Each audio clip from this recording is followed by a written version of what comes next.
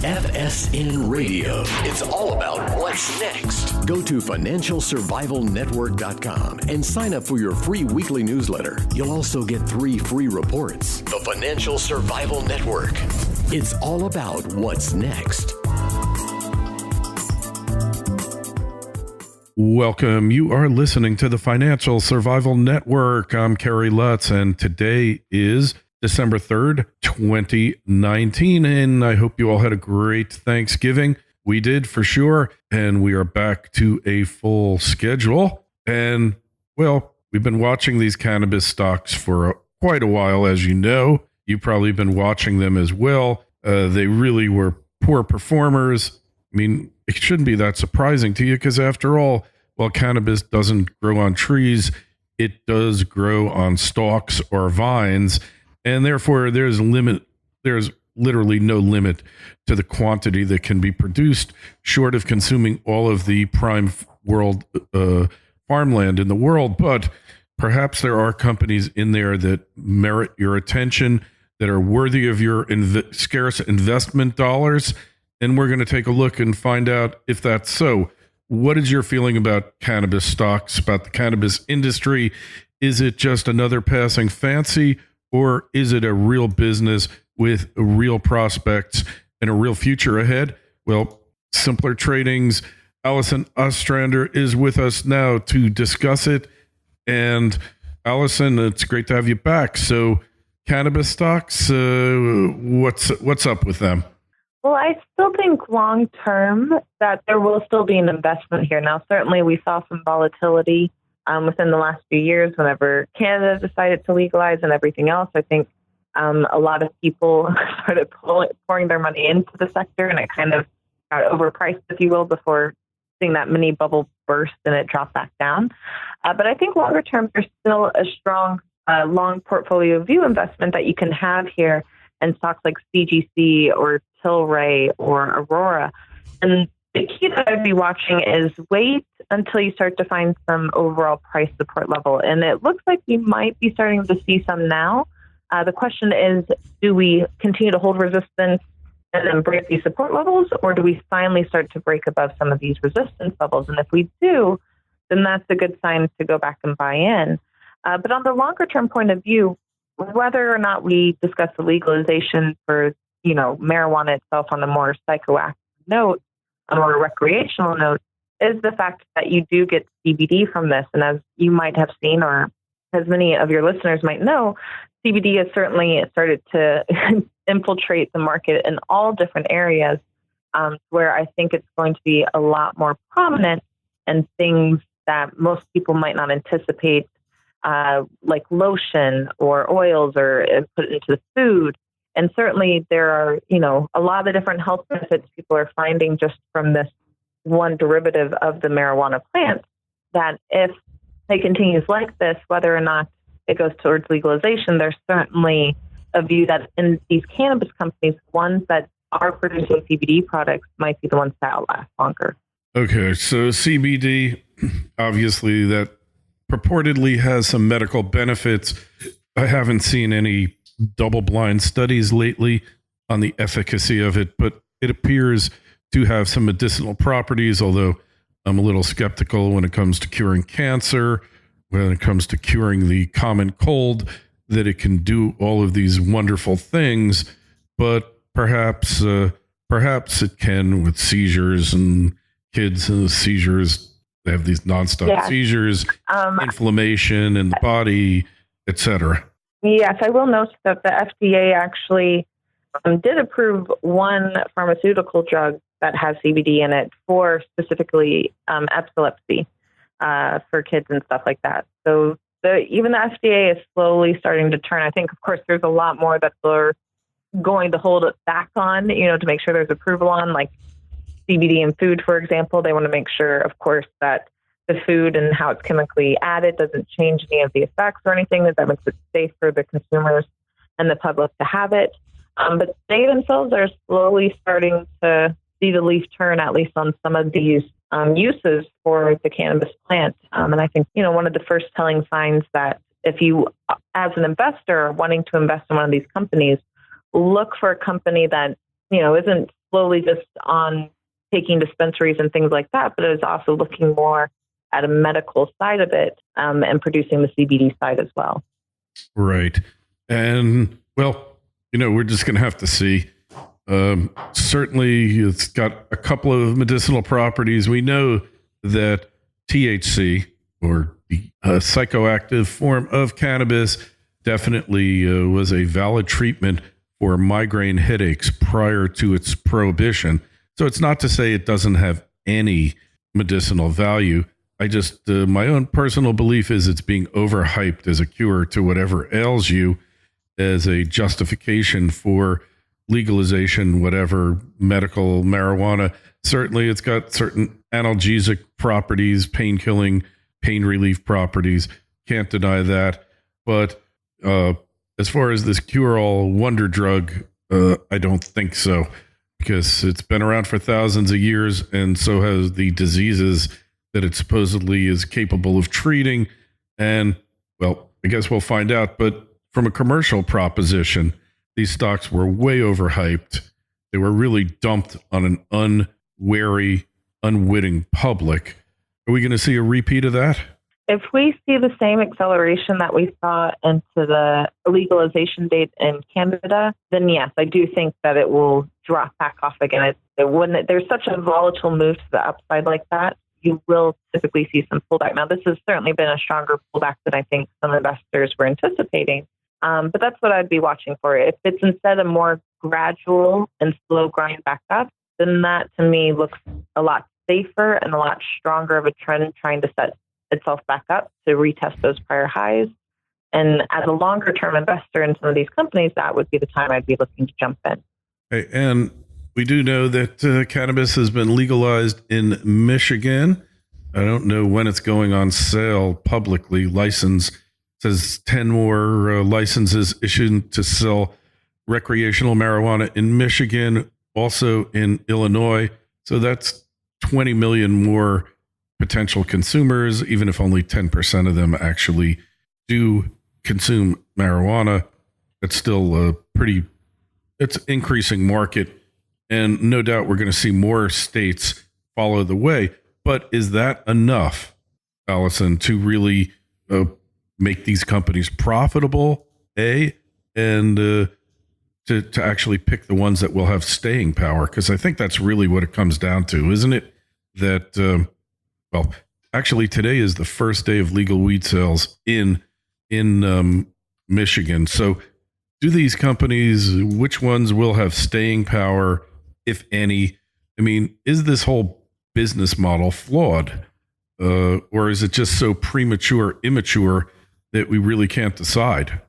I think it's premature. I think you could easily compare it to the dot-com bubble, if you will. You saw a lot of different companies try and emerge. There was a lot of hype built into these companies, a lot of volatility, and then you saw it go up and then it popped. But that doesn't mean that all those tech companies just disappeared out of nowhere, let alone became some of the powerhouses that we know today, like Google and Apple and Amazon now, in regards to, these stronger tech companies, if you will. So I think that's similar to what we saw in cannabis. And I thought that from the very start, there are a lot of companies that are going to come out, try and release their IPO to build up more revenue, to in turn try and be one of the ones that outlast all the others, or can start to accumulate, the others and put them into their wheelhouse, and in turn their powerhouse of what they want to be within the cannabis industry. And so I think it's about finding the ones that have those inlines, like I said, like with the CBD products and things like that.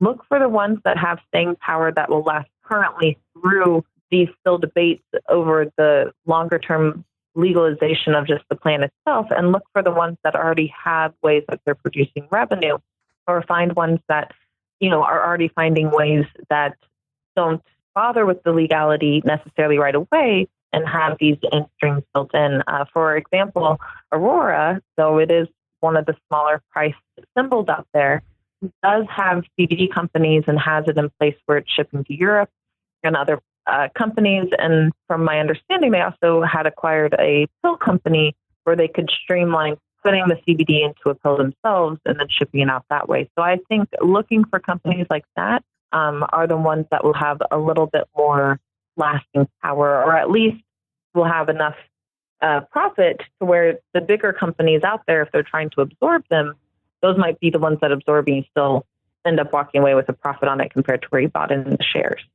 Mm-hmm. Well, so we saw this situation with illegal oil cartridges being mixed in with vitamin E and causing lung damage to users, and really then it getting blamed on, e-juice, nicotine juice for smokers and such. What effect do you think that has on the public's perception of cannabis and legalization? I think it has, it certainly might keep some consumers away from more the oils or the vape products that can be associated with marijuana. However, there are so many different ways to consume it, whether it's edible or through the flower itself. And same with the CBD, that I don't think it's going to just completely keep people off of it. And at the same time, I think if anything, that's going to call for further regulation. Because from my homework, from what I found, a lot of these people were getting it more off site. So they were doing it more based in the home of whoever their, e-vape person was. They weren't going to a store. They weren't, going to a more reputable place. They were doing it more at home. And then in turn, this is what was happening. So I think if anything, this is going to call for a little bit more regulation around these type of products. And in turn, people will go more into the store to buy it so that they know that they're buying a healthy version of what they can consume. I think that's or a healthier version, I should say, of what they can consume. I think that's a great point, because the whole purpose, one of the things of legalization is, hey, you're not buying it on the street. There's some controls, there's purity. And it's important to note that these weren't legal cartridges that were causing this. These were the illicit ones being homemade off the web, right? So, yeah, or off the grid, I should say. And so really, this could kind of have the opposite effect of pushing for legalization and quality control. So this is going to be a regulated industry, though. And if we look at other similar regulated industries, we kind of see like an alarming pattern here, that the small players get pushed out, and the ones that know how to work best with government are the ones that are still around. What's going to stop that from happening in this industry? FSN Radio. It's all about what's next. Otis Gold Corp is a gold development and exploration company with quality projects in the pro-mining state of Idaho. Otis's flagship Kilgore project has a resource of 961,000 gold ounces, and its recently published preliminary economic assessment demonstrated an impressive post-tax IRR of 53% at $1,500 gold. In addition to the significant expansion potential at Kilgore, Otis is exploring its highly prospective Oakley project. This Carlin-type gold deposit already has an inferred resource, and previous near-surface drilling intersected 123 meters of 0.69 grams per ton gold. Otis Gold Corp trades in New York under the ticker OGLDF and in Toronto under the ticker OOO. That's triple O. To learn more, go to otisgold.com. That's otisgold.com. The Financial Survival Network. It's all about what's next. Well, I do think, in turn, that's partly going to happen in this industry, just because, like you mentioned, that seems to happen in the majority of industries that come out. You have a lot of players out on the table at first. It's almost like the Wild West, and then you have a few that remain top dog. I think the difference here, kind of like what we're seeing with some alcohol and beer companies, is that there might still be a boom in the independent growers. Now, are these independent brewers, if you will, just like independent growers, are they going to see the profits that your Bud Light, for example, does, your Budweiser or your Coors, or, your one of your main American beers? And it's not going to be the case, right? They're going to make their profit, but they might be more local. It might be just a Texas thing, if you will, where you find that Bud, or it might just be a California thing or a Northern California thing. So I think that there will still be profitability out there for more the independent marijuana distributor, if you will, or cannabis distributor. But I do think longer term, absolutely, we are going to see, like I said, we're still in the process of the Wild West, and we are going to see a few of these companies remain top dog. It's just the question now, which one's it going to be? And I think if you do find the ones who are playing along with government regulators, maybe have a little bit more lobbyists out there, if you will, or the ones who are diversifying their company to make sure it includes things other than just more trying to push for recreational. Those are going to be the ones that it kind of outlast and remain on top in years to come. Mm-hmm. All right. So legalization, though, it's a force that really can't be stopped, right? I mean, it's going to happen throughout the world, so. Right? So social problems, I mean, in the purely physical sense, marijuana might not be addicting, but in the, psychologically, it certainly is. Nobody can deny that. And it has harmful effects to individuals who use it excessively, incidents of schizophrenia, all of these things. Not that, and everybody says, well, the effects of alcohol are far worse, right? Much worse than that. But, that's what they say. But, we know that that doesn't mean that this is a free ride here. No, there will certainly be some negatives that come out from around this. Now, maybe in turn it might lead people away from alcohol to where they're just doing cannabis, which might be, a slightly healthier alternative, if you will. But certainly speaking, there are going to be some negatives out there. It's not going to affect everybody the same way, just like many things in this world don't affect people in the same sort of aspect. So if you do have, in your genes, if you will, signs of schizophrenia or that, pattern, if you will, in your genes and your family history, then that might be something that you still want to stay away from because, like you said, it can kind of induce episodes of that or kind of heighten them.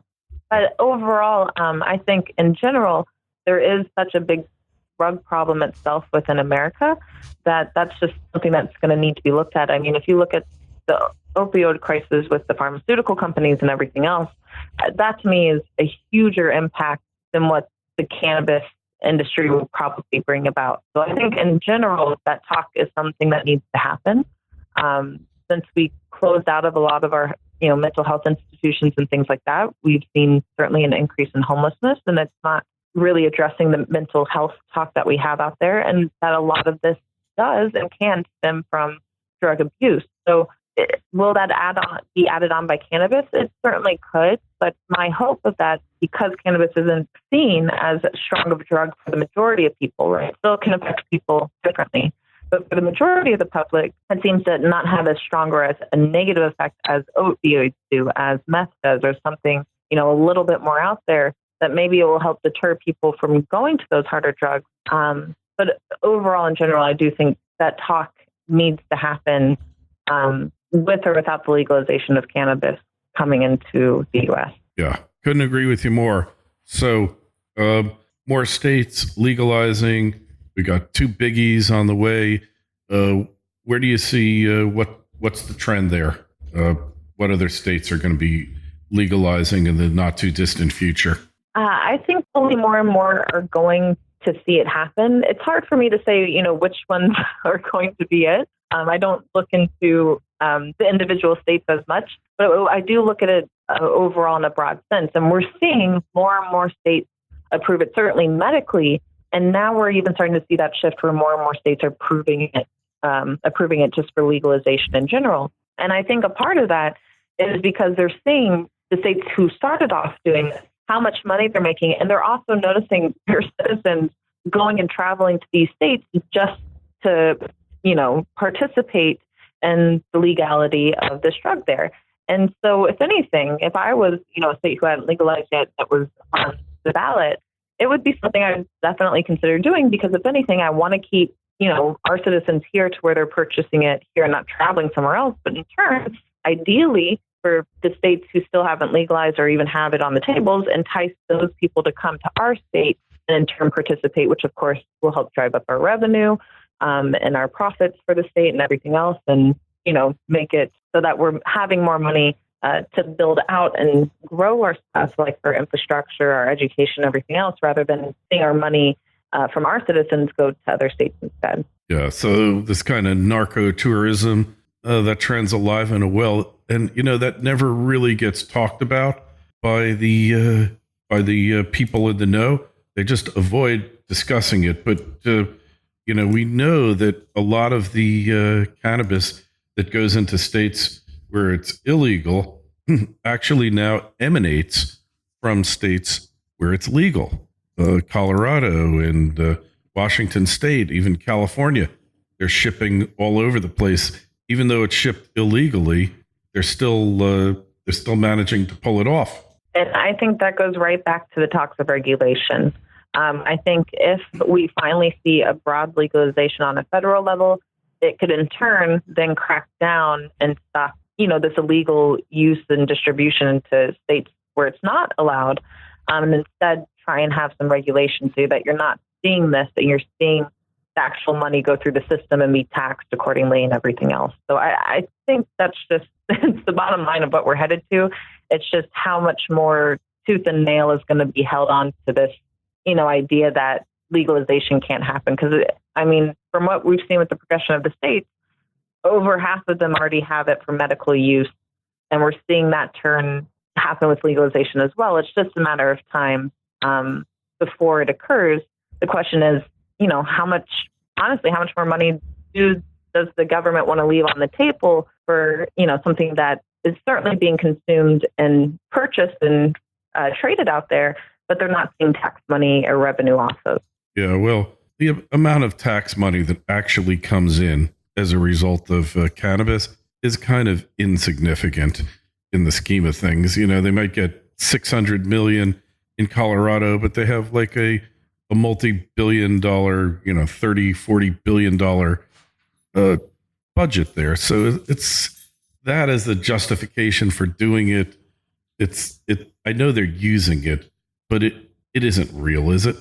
Well, to me, every penny counts, right? So if there is something that's bigger like that being held on the table, or, if it does make up such a wide market of this, black market industry of illegal drugs in general, why would I not want to take that and put it into my own pocket?